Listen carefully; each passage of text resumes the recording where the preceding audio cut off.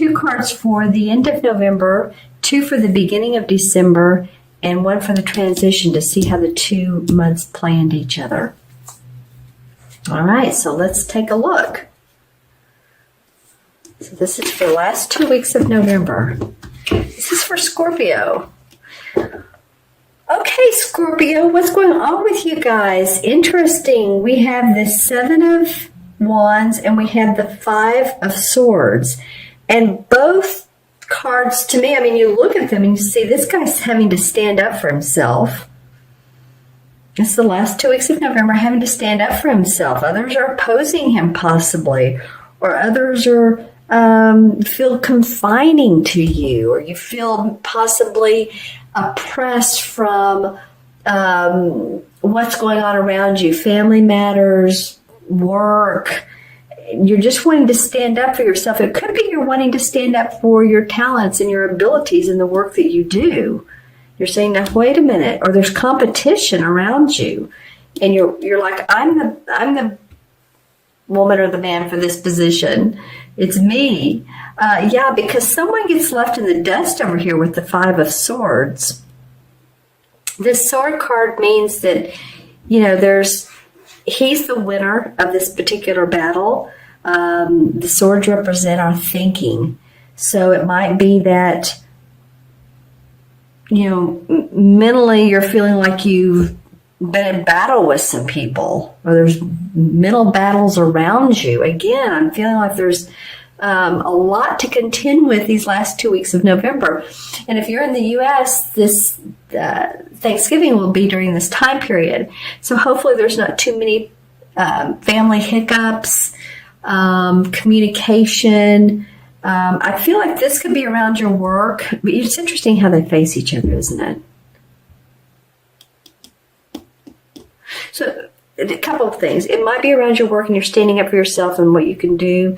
And just others are saying, okay, he,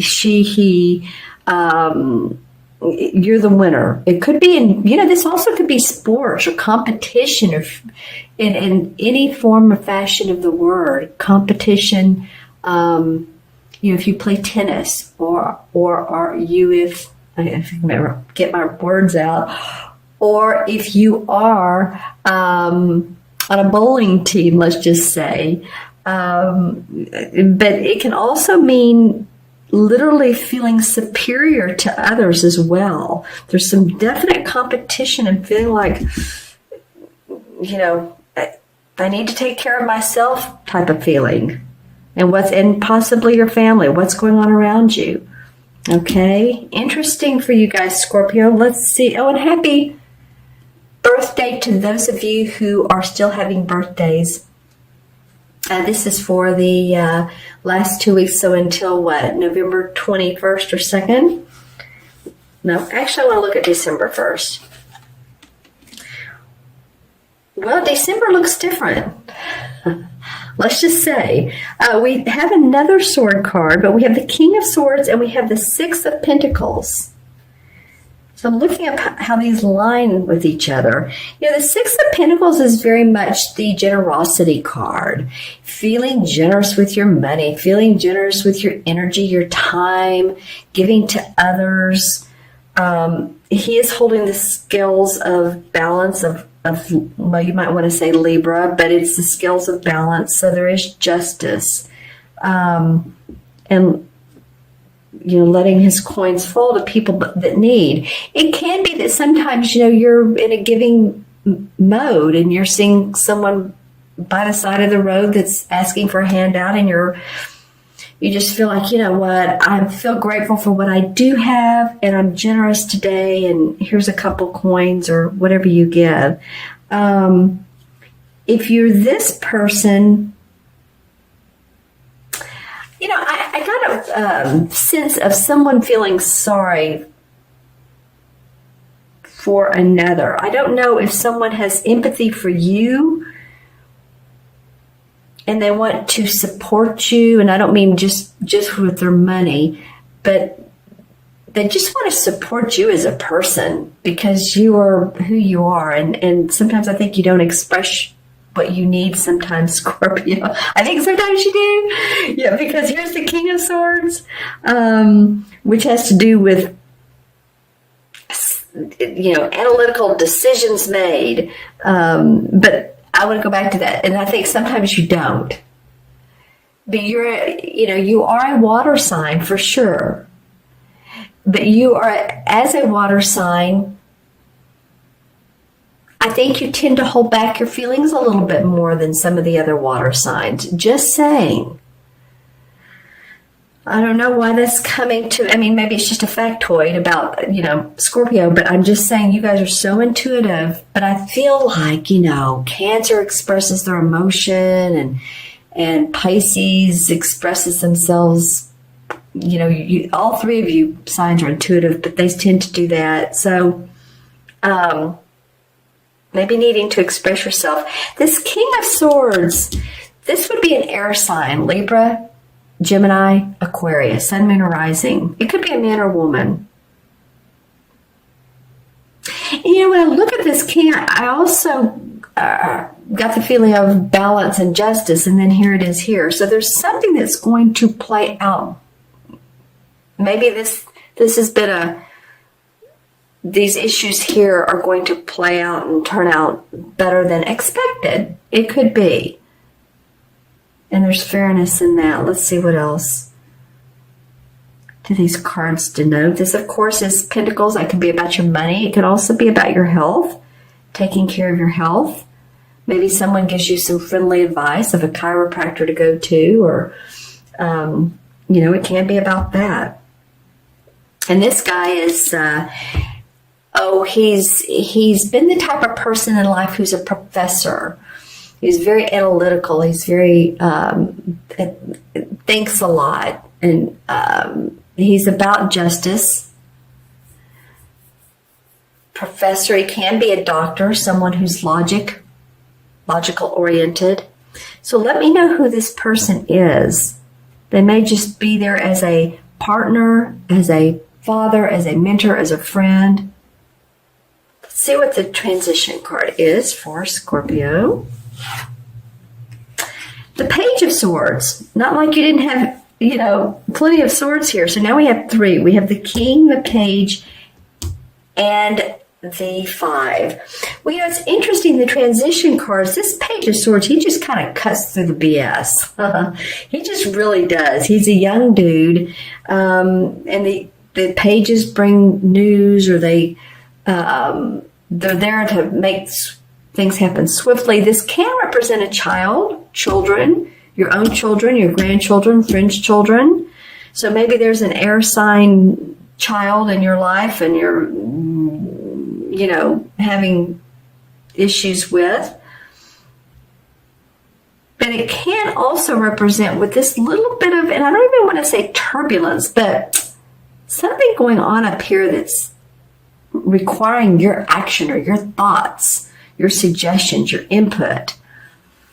I feel like you just want to cut through the BS. This could represent an air sign, like I said. So in doing so, it's like, okay, let's get to the point. Let's be generous. Let's be calm and analytical about things. Come on, people. Let's just settle down and let's just take a deep breath.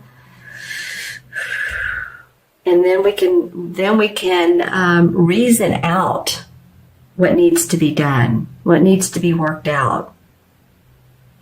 I have the feeling to pull one more card. I looked over at my crystal and I thought, well, my crystal would normally come next, right? I will look into this one for a chakra color and then into my larger one for additional messages. But I have the need to pull one more card. I want to do that. It wants to be this top one. The Queen of Wands. Okay, interesting. And the King of Swords. Well, we have, what's funny is we have the sword here guy that feels like he's, had to be in battle, but then we have the King of Swords and stuff like, calm down a little, calm down. And then we have this having to stand up for yourself, and then we have this Queen. The court cards resonate the essence of mastery, especially the King, but the Queen also has this essence. So it might be that, you'll feel your how to work things out creatively and analytically. Okay. Interesting. All right. So let's take a look at this crystal. First, I'm going to look for a chakra color that you all maybe can work on or that comes up for you. Okay. A couple. Okay. So red. Interesting. Well, red is the first chakra. This has not come up, and you're like my 10th sign. Staying grounded, Scorpio. Staying grounded. Let's see what, I don't have a red stone. This is carnelian. This is for second chakra. So first chakra can be red or it can be like a black. And I like black tourmaline, to hold. Or I've even heard of people putting small pieces like in their socks to ground them, to help them feel like they're they're really in sync with earth and they're not too far up in their, the crown chakra. Because honestly, staying grounded is the most important chakra. Once we do that, then we can work on the others. So that came up for what's important for you guys, to stay grounded during all this. Be around trees, nature, animals. All that is grounding. Okay, so messages from this particular crystal for Scorpio, mid-November through mid-December. Yeah, I'm seeing trees in this. So that would make sense. Let's see what else comes up. I'm trying to figure out what this particular... some of you may be traveling by Amtrak or, some form of transportation that's not your normal car, plane. It may be Amtrak. It may be, and that's in the U.S. Well, it's all over the world, isn't it? I was going to say you all call it something different in the UK, but whatever your fast train system is in your particular country, that's what I'm seeing. It can also be like a bus, which I know is completely different feeling, but it can carry commercial passengers or passengers for a commercial ride. So some of you all may be traveling, you may be doing some sightseeing. Let's see how that turns out. The number 10, that's interesting, that comes up. Well, number 10 in the major arcana cards is the Wheel of Fortune. So it might be that you're traveling for business and that the karmic wheels of fortune are coming up in your favor. I feel like some of you are going to be traveling India, possibly Middle East area. As I look at these crystals, that's what I'm seeing in them. So areas that are interesting to you, cultures that are different. Or maybe you just study those cultures. Maybe you're learning a new language. Some of you might be.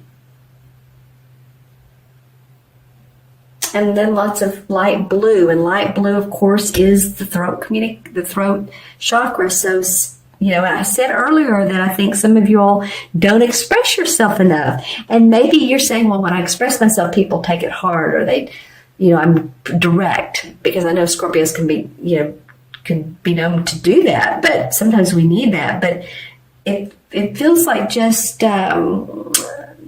take care of your throat chakra and communicate your words deliberately. That's just what I'm getting. Yeah, I got diligently too, but deliberately, okay? So that people know where you're coming from. All right, Scorpio, I'm going to add these up, the original cards that I pulled. So we have 7 and 5 is 12, 13, 14, which I love the court cards are always 1, 7, 5, 12, 13, 14. 14 and 6 is 20. Haven't had that number. Interesting. 20. So 20 in numerology, well, deduces to 2, and 2 represents being amiable,